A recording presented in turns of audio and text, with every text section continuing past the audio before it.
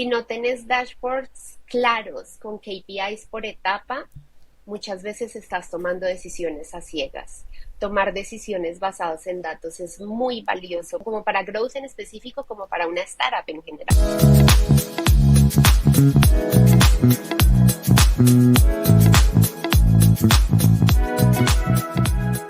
Daniela Moreno, bienvenida a Espresso Startup. Daniela es experta en growth de startups, sobre todo en early stage. Bienvenida, Daniela. ¿Cómo ¿Cómo vas? estás, Ignacio? Un gusto. Todo Muchísimas bien, todo gracias bien. por invitarme. Gracias por venir. Oye, partiendo de lleno, hace poquito te vi que estuviste en el Tech Week de Nueva York y quería, nada, preguntarte si me puedes contar un poquito de qué se trató, qué te llamó la atención del evento. Bueno, New York Tech Week es un evento que ya llevan organizando un par de años. Andrew Wolowitz es un evento descentralizado donde este año hubo más de 1.000 eventos que organizan normalmente diferentes startups y VCs, más que todo. Realmente fue increíble haber estado. De las cosas que yo más me llevo, más que todo como latinoamericana, por decirlo así, es la cantidad de startups latinoamericanas que en este momento están empezando a crecer en Estados Unidos. AI, de hecho, siento que la mayoría de eventos, muchos de ellos, digamos, estuvieron alineados con todo este tema de AI y toda la evolución que está teniendo en el mundo de las startups. Fue muy interesante, compartí con muchas personas, hablé con muchas personas, hablamos con muchas personas precisamente de lo que hablábamos de growth, de cómo crecer una startup que digamos recién está empezando.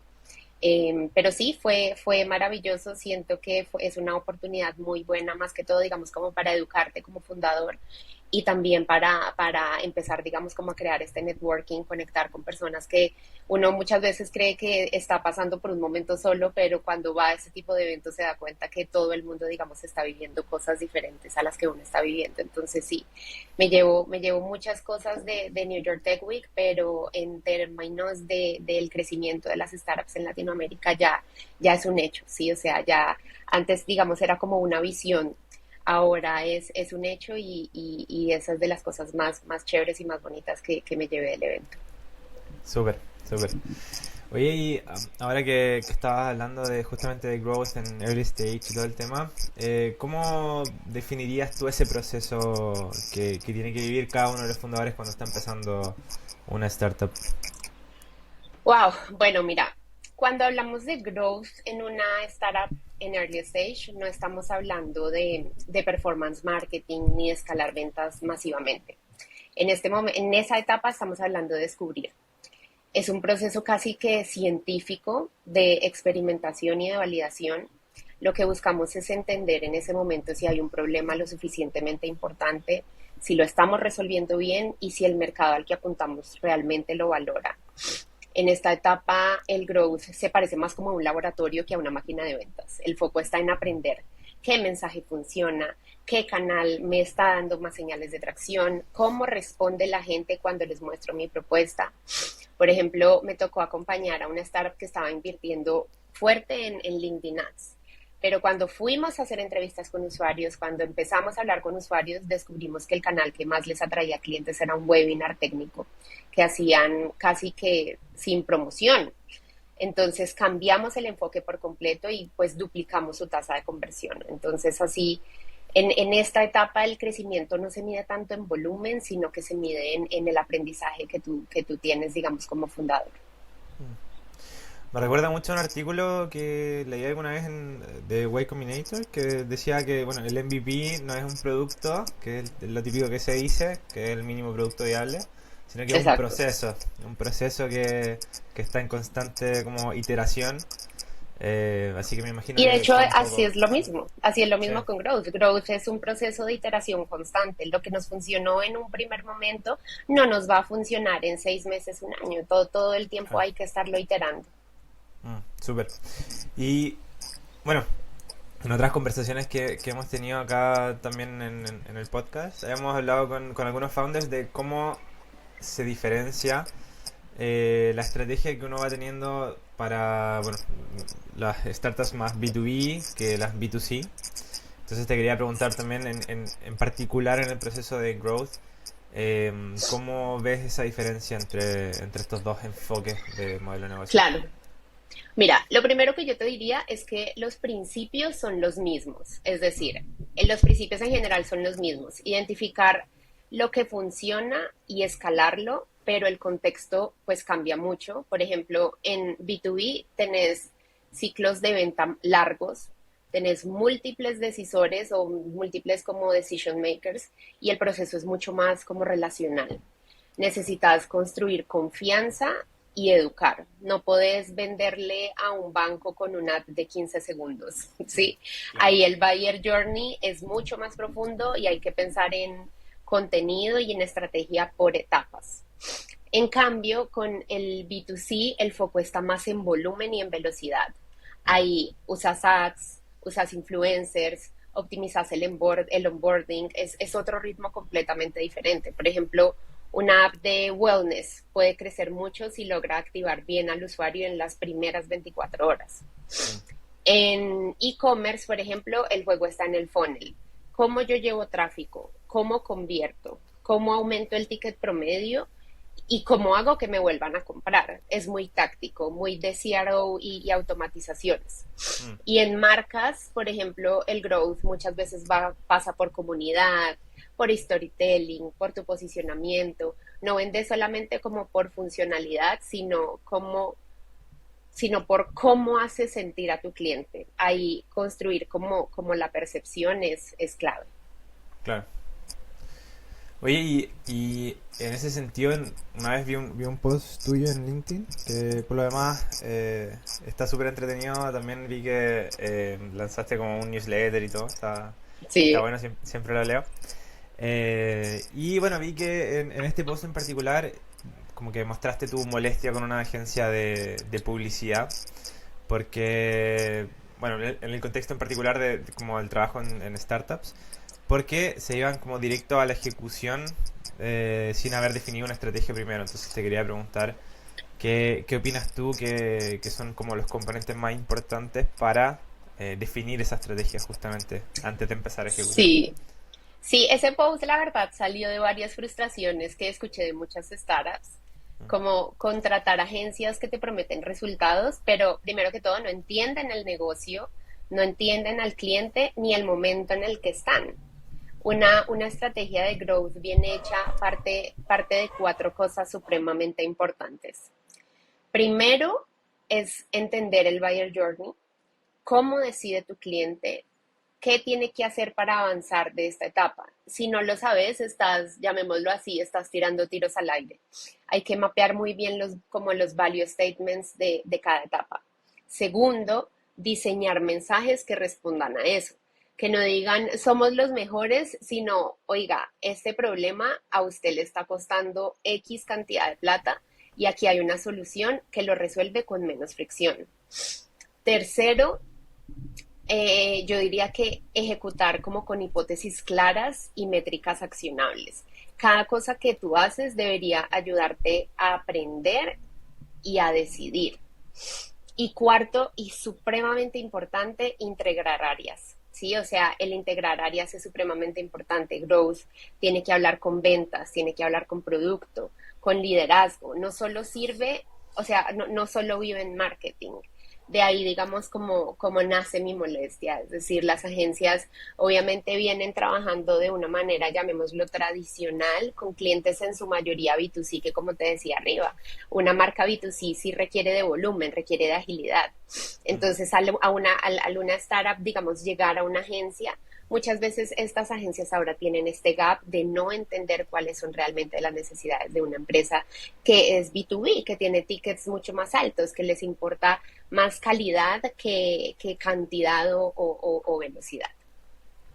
¿Y en qué momento de la startup crees que está bueno empezar a definir esta estrategia? Porque me imagino, no sé, eh, alguien que está recién empezando, un solo founder, que tiene un MVP que lo está tratando de validar, no, obviamente me imagino, no va a estar como, entre comillas, perdiendo el tiempo definiendo una estrategia de growth, siendo que obviamente todavía ni siquiera sabe si su producto tiene algún grado de product market fit, ¿cierto? Product Market Entonces, Fit, sí, total. ¿en qué momento crees que está bueno como empezar ese esfuerzo?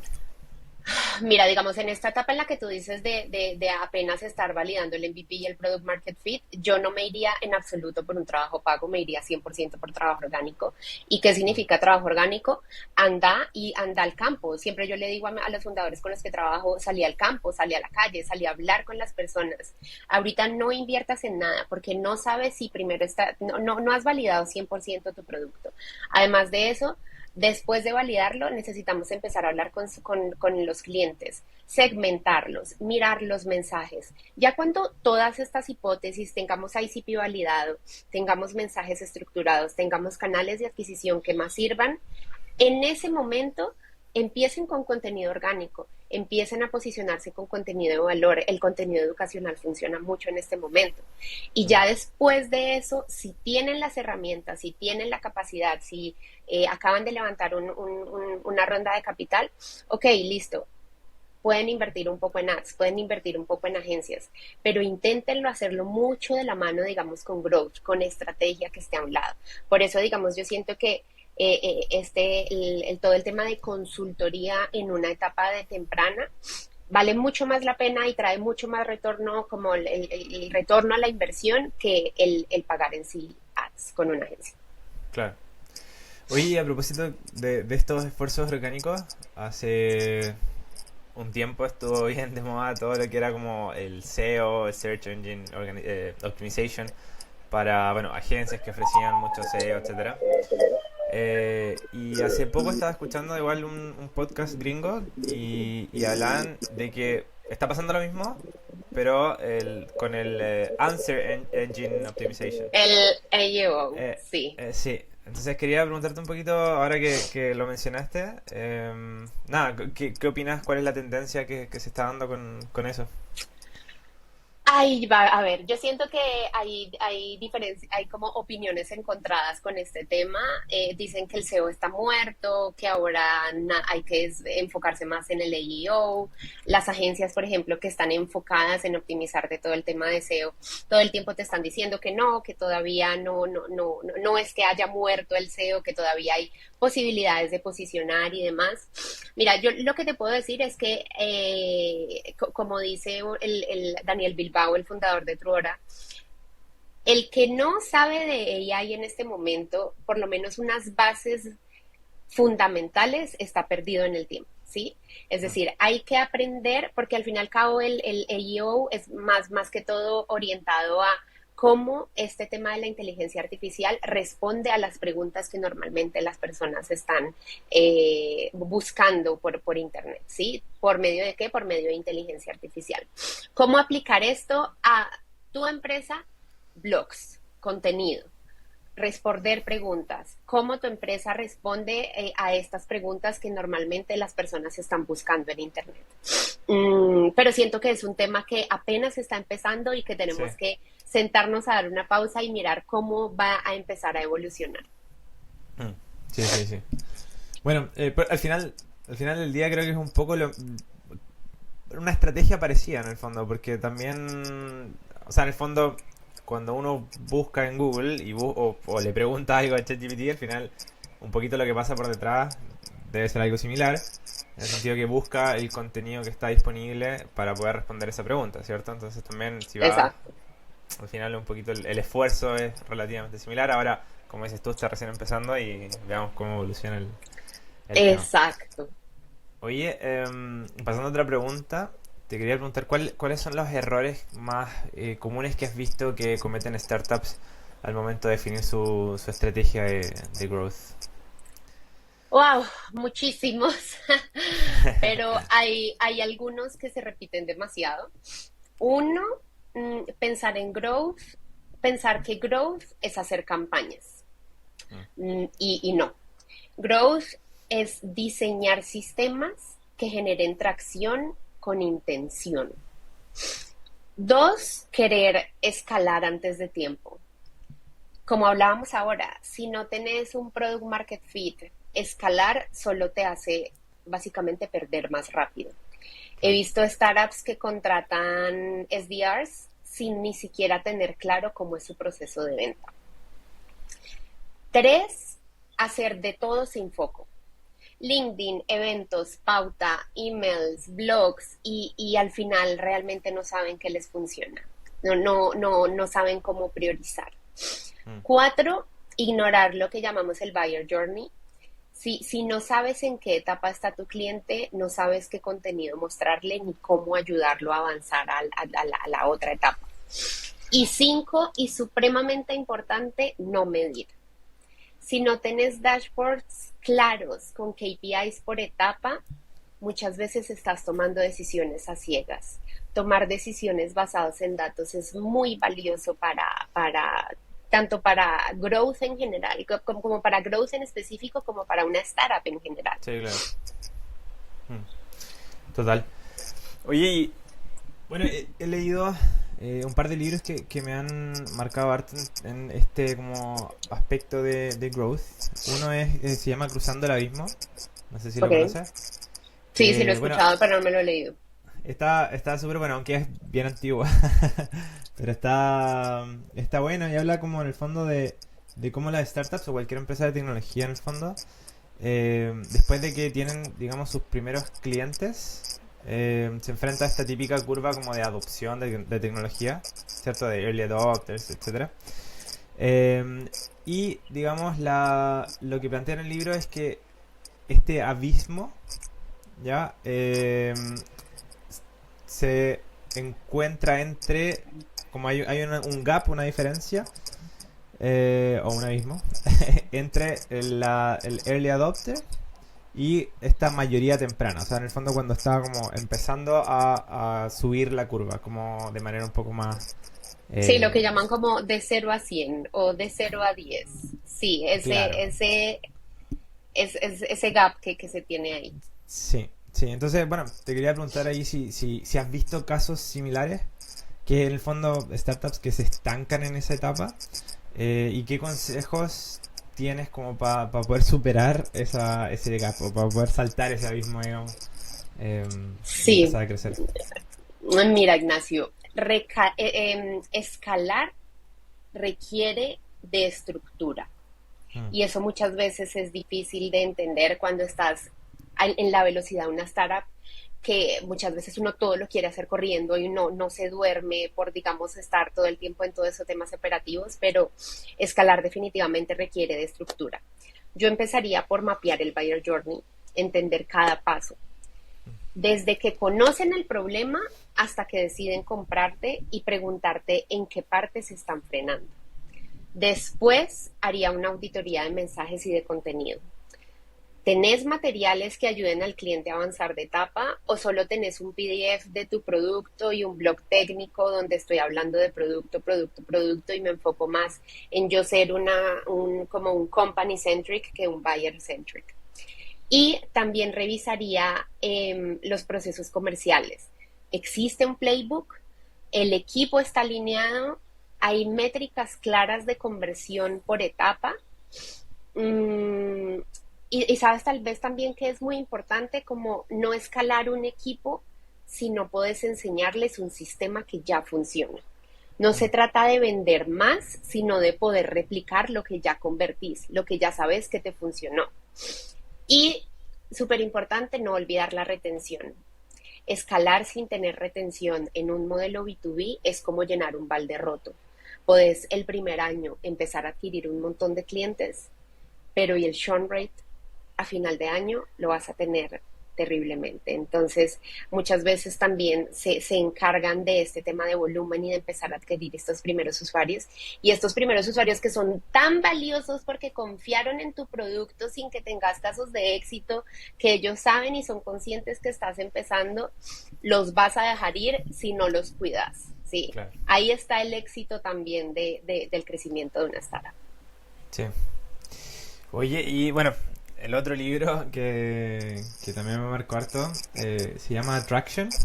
No sé si lo conoces, habla como de un método de Bullseye, que es, bueno, como el Sí, tiro al blanco.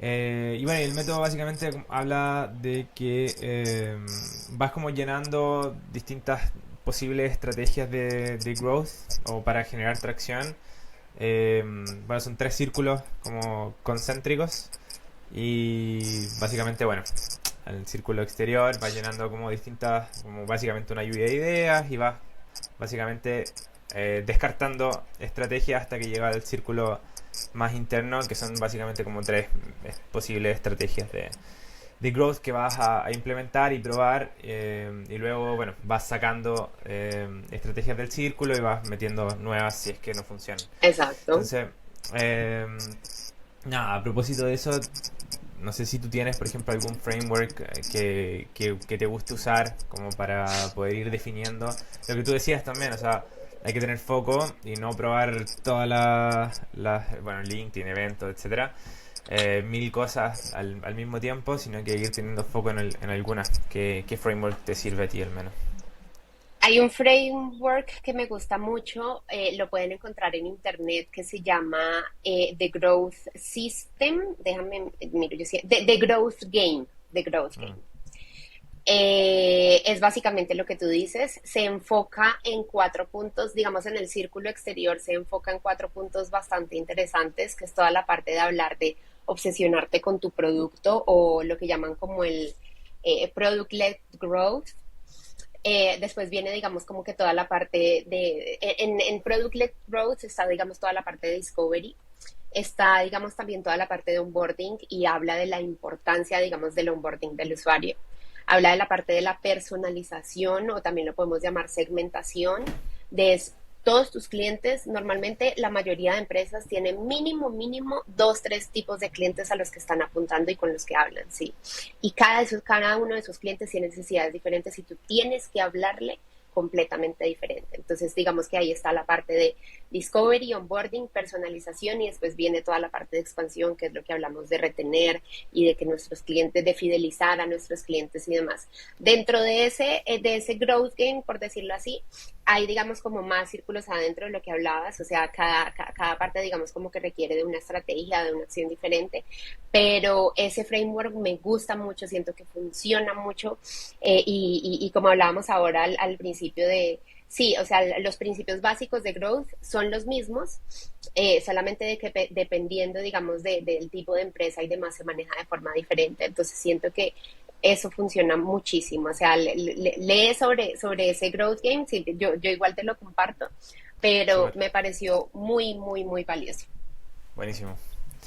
¿Y qué métricas en particular, como bien específicas, crees que es? Bueno, obviamente me imagino depende también de la industria, depende de mil cosas, pero algunas que son medias transversales y que sirven para todos, ¿qué métricas específicas crees que está bueno fijarse?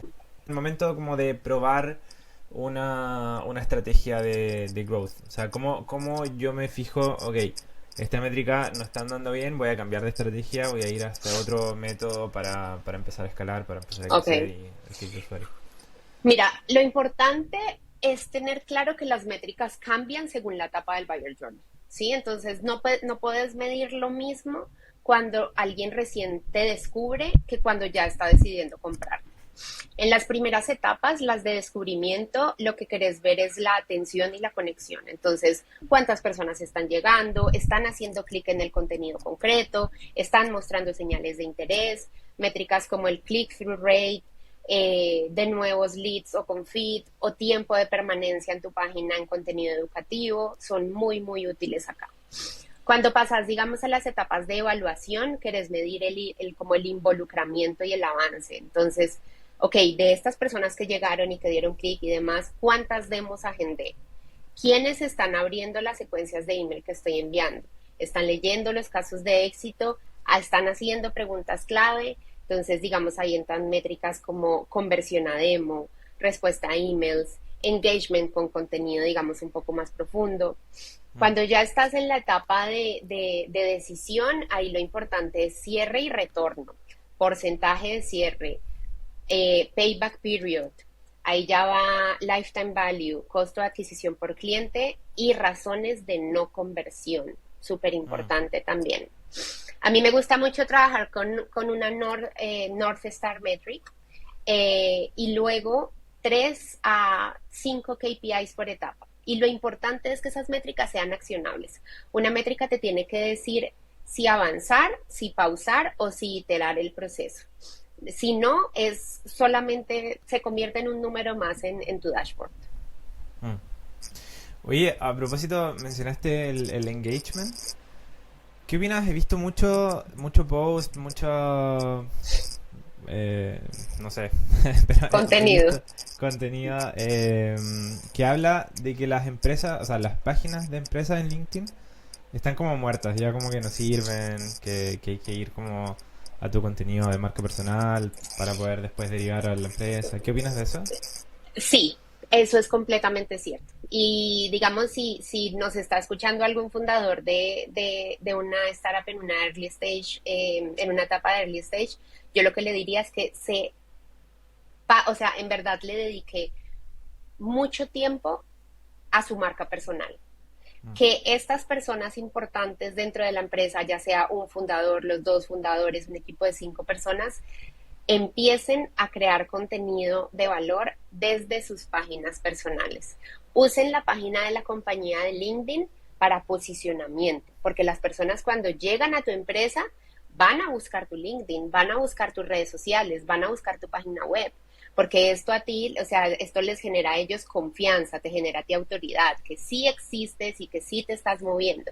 No tener una página de LinkedIn completamente muerta, no, pero definitivamente, por lo menos en una primera etapa, el impulsar la marca personal en LinkedIn, llamémoslo así, de que te da mucho más retorno a la inversión de gastar esfuerzos en una página, sí, en la página de la empresa.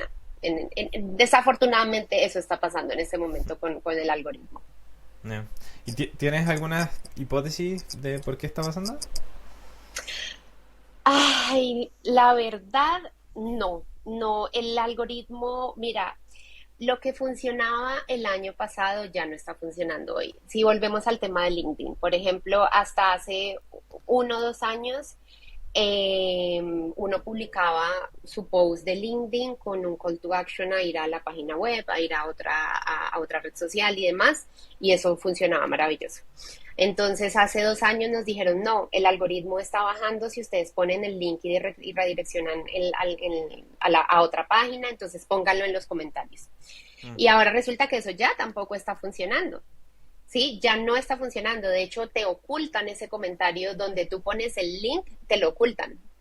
Sí, entonces eso siento que es todo lo que podemos hacer es estar al tanto de qué está pasando y qué está funcionando, porque todo el tiempo va a cambiar y uno tiene que jugar a seguirle el hilo al algoritmo. Pero realmente de por qué está pasando, no, Nadie sabe. no sé. Sí. Oye, bueno, para ir cerrando, te quería preguntar si tienes algún software bueno que tú ocupes para ir gestionando todos los procesos como de growth, todo lo que hablamos. ¿Tienes alguna recomendación? Bueno, para una early stage startup, empezar, digamos, con un CRM no tiene que ser el más caro, no tiene que ser el más completo. Algo como Pipedrive, algo como HubSpot, digamos, siento que funciona mucho para todo el tema de centralización y seguimiento de bases de datos, que me parece muy importante. Y bueno, HubSpot, digamos, como que también te sirve para automatización de marketing y demás. Para documentar procesos, hacer seguimiento de los experimentos y demás que te digo, contenido, Notion me parece que es buenísima. Incluso Mm. puedes construir tu dashboard interno ahí.